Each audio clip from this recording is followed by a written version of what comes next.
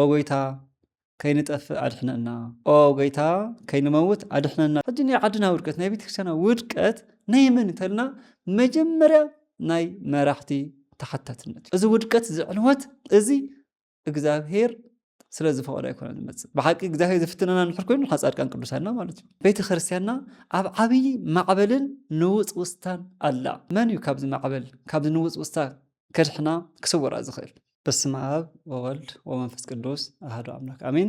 ሓደ አምላክ ብዝኾነ ብአብ ብወልድ መንፈስ ቅዱስም ኣብ በብዘለኹሞ ምሕረት ሰላም ፍቅርን ይብዛሕልኩም ጥዕና ይበለይ ሎማዓንቲ ሓደ ርእሲ ናባኹም ከብል እየ ምስቲ ናይ ዓድና ኩነታት ናይ ቤተክርስትያን ኩነታት ዘሎ ፈተና ይፍለጥ እዩ ዘሎ ጭንቀት ፀበባ ዝፍለጥ ጉዳይ እዩ እሞ እስኪ ነዚ ክፅናዕነዐና ዝኽእል ናይ መንፈስ ቅዱስ ቃል ሓደ ቃል ኢልና ንሲ ክነብሪ ኣብ ወንጌል ማቴዎስ ምዕራፍ 8 ካብ 23 ክሳብ 25 ቅዱስ ወንጌል ማቴዎስ ክነንብብ ከለና ዝህበና መጽናዕናን ህድኣትን ሓደ ቃል ኣሎ ኦ ጎይታ ከይንጠፍእ ኣድሕነና ኦ ጎይታ ከይንመውት ኣድሕነና ዝብል ቃል ናይ ሃዋርያት ቃል ናይ ሃዋርያት ጸሎት ናይ ሃዋርያት ጥርዓን ኣብዚ ሕዚ ግዜ ቅድስቲ ቤተክርስትያንና ኣብ ከቢድ ፈተና ዓድና እውን ኣብ ቅልውላውን ኣብ ከቢድ ውጥረትን ኣብ ዘለሉ ግዜ ንሕና እውን ከም ሃዋርያት ኦ ጎይታ ከይንመውት ኣድሕነና ኦ ጎይታ ከይንጠፍእ ኣድሕነና ምባል መሰረታውን ኣድላይን እሞ እዚ ርእሲ እዚ ሃይለ ቃል ኣብ ቅዱስ ወንጌል እንታይ ተስፋ እዩ ዝህበና ዝብል ቃል ንምርኣይ ንፈትን እንታይ እዩ ዝብለና ወንጌል ማቴዎስ ምዕራፍ 8 ካብ 23 ክሳብ 25 ጎይታና ኣምላኽና መድሓኒና ኢየሱስ ክርስቶስ ነቲ ህዝቢ ዘምህሮ ዝነበረ ህዝቢ ዝኽተሎ ዝነበረ ህዝቢ ብሰላም ናብ ቤቱ ናብ ገዝኡ ምስ ኣሰናበቶም ንሃዋርያት ሒዙ ብጀልባ ገይሩ ክሳገር ከደ እዩ ዝብለና ስለዚ ኣብዛ ጀልባ እዚኣ ንክሳገር ባሕሪ ተሳጊሩ ንክኸድ ጎይታ ኣምላኽና መድሓኒና ኢየሱስ ክርስቶስ ምስኡ ዝወሰዶም ሃዋርያት እዮም ከም ዝፍለጥ ሃዋርያት ብመርሕነት ዝተቐመጡ ዓለም ኩሉ ዝመነኑ ናይ ጎይታ ቃል ኣብዚ ምድሪ እዚ ጨው ኮይኖም ብርሃን ኮይኖም ከገልግሉን ክሰብኩን ከምህሩን ዝተመረፁ እዮም ጎይታናን ኣምላኽና መድሓኒና ኢየሱስ ክርስቶስ ድማ ነዚኦም ሒዙ ናብ ጀልባ ተሰቐለ ተሳፈረ ኣብዚ እዋን እዚ ሓያል ማዕበል ኣብቲ ባሕሪ ተስእሞ ነታ ጀልባ ከስጥማ ጀመረ ይብል ሕሰብዎ ጀልባ ኣላ ኣብ ባሕሪ እያ ዘላ ኣብታ ጀልባ ዘለዉ ድማ ጎይታና ኣምላኽና መድሓኒና ኢየሱስ ክርስቶስ ከምኡውን ሃዋርያት እዮም ኣብዚ እዋን እዚ ግን ጎይታና ኣምላኽና መድሓኒና ኢየሱስ ክርስቶስ ደቂሱ ነበረ ይብል እቶም ሃዋርያት ጀልባ ድማ ይፍለጥ እዩ ኣብ ጀልባ ብምቕዛፍ ብጣዕሚ ብዙሕ ተመክሮ ዘለዎም እዮም ሃዋርያት ብፍላይ ቅዱስ ጴጥሮስ ስለዚ ማዕበል ምስ ተለዓለ ክትሰጥም ምስ በለት ንጎይታ ንኣምላኽና መድሓኒና ኢየሱስ ክርስቶስ ከልዕልዎ ከበራብርዎ ጀመሩ ማለት እዩ እናንታይ ኢሎም ኦ ጎይታ ከይንጠፍእ ኦ ጎይታ ከይንመውት ኣድሕነና ኢሎም ኣበራበርዎ ጎይታ ድማ ካብ ተሲኡ ነዚ ንመጀመርያ ንዕኦም ገሰፆም አንቱ እምነትኩም ዝጎደለኩም ኢሉ ንዕኦም ገሰፆሞ ድሕሪኡ ፈጣሪ ፍጥረታት ደራሲ ፍጥረታት እዩ ሞ ጎይታ ነቲ ማዕበልን ነቲ ነፋስን ገሲፁ ኣህድኦ እሞ ዓብይ ህድኣት ዓብይ ሰላም ዓብይ ርግኣት ኮነ ይብል መጽሓፍ ቅዱስ ስለ ቃሉ ዝተመስገነ ይኹን ኣምላኽና ኣብዚ እንታይ ንርኢ ብሓቂ እማን ናይ ክርስቶስ ኣመንቲ ክርስቶስ ተኸተልቲ ሃይማኖተኛታት ብምዃንና ፈተና ካባና ይጠፍእ እዩ ማለት ኣይኮነን ኮይኑ ግን ኣብቲ ፈተና ውሽጢ ሰላምን ህድኣትን ዝህበና በቲ ፈተና ውሽጢ ክንሓልፍ ብማዕበልን ብንፋስን ማእኸል መንገዲ ኣለካ ከም ዝበለ በዓል መዝሙር ዳዊት ከም ዝበለ ንሕና እውን ኣብ ሰላም ኣብ ዝተሳእኖ ኣብ መከራ ኣብ ስቃይ ኣብ ችግር ኮይና ጎይታና ግን ምሳና ምህላው ዘረድእ ዓብይ ትምህርቲ እዩ ጎይታ ይገድፈናን እንተኾነ ግን ካብዚ እንምሃሮ ትምህርቲ ብዙሕ ትምህርቲ ኣሎ ሓደ ጎይታ ነቶም ህዝቢ ምስ ኣሰናበቶም ነቶም መራሕቲ ነቶም ሓለፍቲ ዝኾኑ ሃዋርያት ኸይዱ ብሓቂ እዛ ጀልባ እዚኣ ቤተክርስትያንና እያ እዛ ጀልባ እዚኣ ዓድና እያ ሕጂ ዓድና ቤተክርስትያንና ኣብ ዓብይ ማዕበልን ንውፅውፅታን ኣላ ኣብዚ እዋን እዚ መን እዩ ካብዚ ማዕበል ካብዚ ንውፅውፅታ ከድሕና ክስወራ ዝኽእል?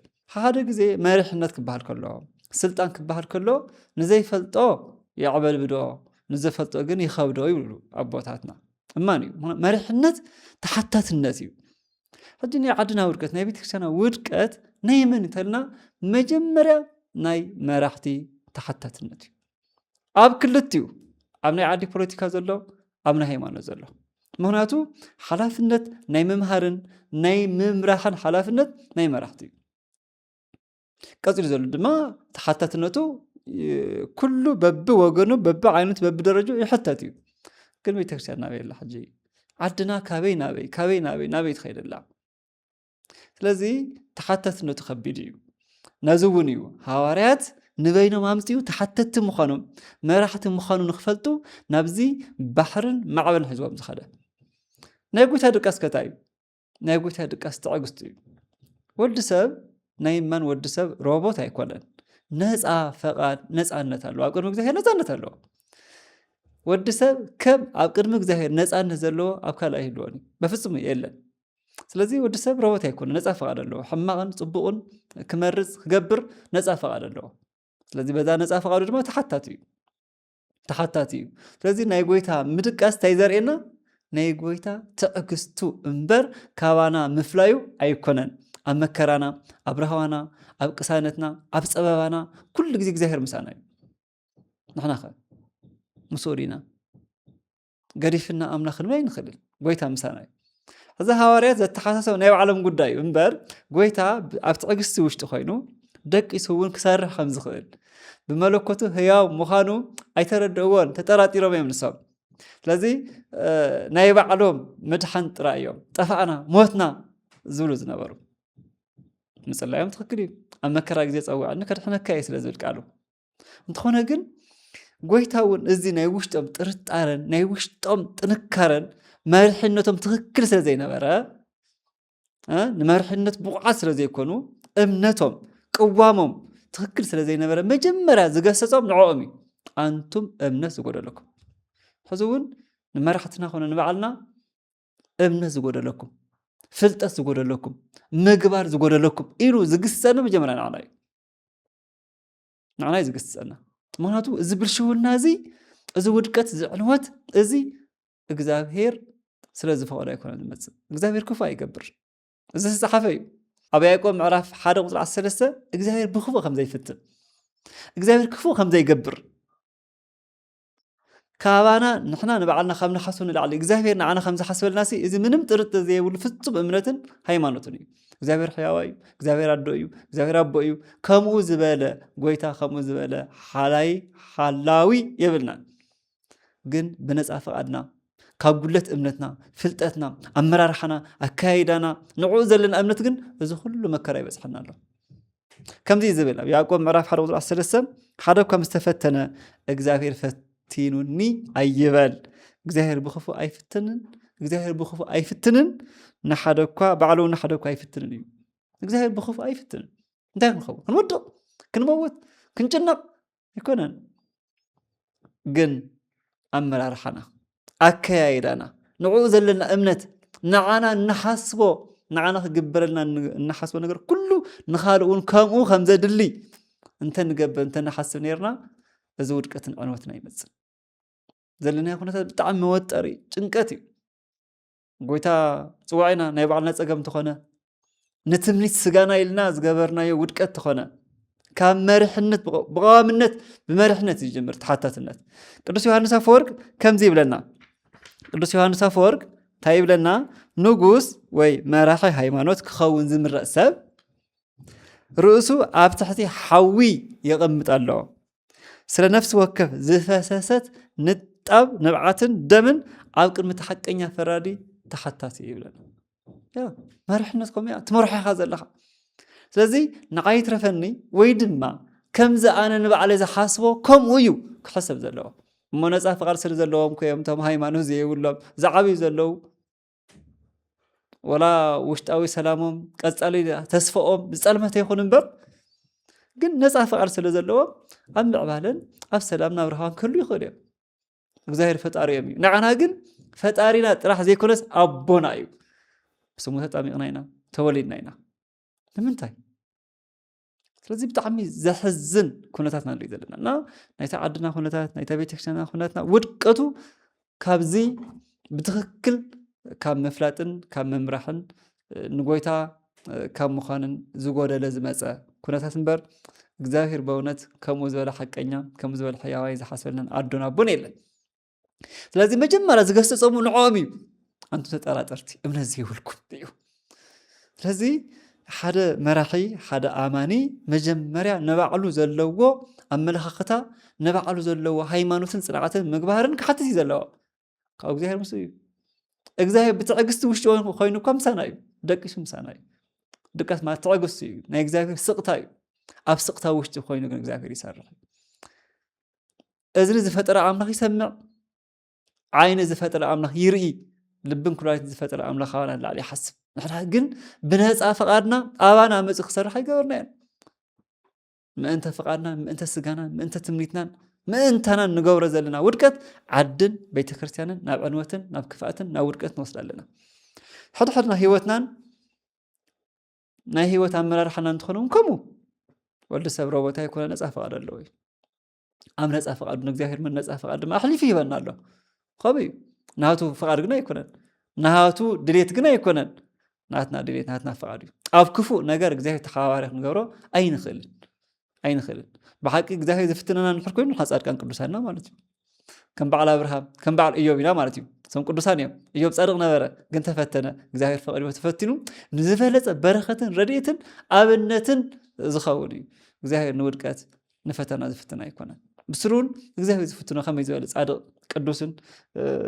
ሃልዩ ኮይኑ እዩ እዚ ብነፃ ፈቃድና እንፍትኖ ንወድቀ እዩ ኣብ ሓጢአት ክንወድቕ ከለና ኣብ ክፋት ክንወድቕ ከለና እግዚአብሔር ተሓባባሪ ኣይንገብሮን እኳ ደኣስ ካብዚ ውድቀት ኣውፀና ከይንጠፍእ ኣድሕነና ከይንጠፍእ ከይንመውት ኣድሕነና ኢልና ግን ከም ሃዋርያት ክንጠርዕ ይግብአና እዩ ስለዚ እዚ ዘለና ኩነታት ተሓታትነቱ ብጣዕሚ ከቢድ እዩ እሱ ግን ኣይገድፈናን እዩ ኣይገድፈናን ምሳና ኣሎ ኩሉ ግዜ ምሳና ኣሎ ንፀዋዓዮ ጎይታ ካብ ድቃሱ ካብ ትዕግስቱ ካብ ስቕትኡ ኣብ ነፃ ፈቃደይ እተ ኣነ በዲልየ ንባዕለይ ኮይነ እናበልና ካብ መሪሕነት ጀሚርና ክሳብ ታሕቲ ክንሓትት እዩ ዘለና ስለዚ ናይ እግዚአብሔር ቤተሰብ ቤተክርስትያንና ዓድና ዘለቶ ማዕበል ብጣዕሚ ብርቱዕ እዩ እሞ እግዚአብሔር ኣምላኽ ንዓና ገሲፁ ንመርሓትና ገሲፁ ኣብ ጎይታ ጠፋና ድሕነና ኣሰራርሓና ትኽክል ኣይነበረን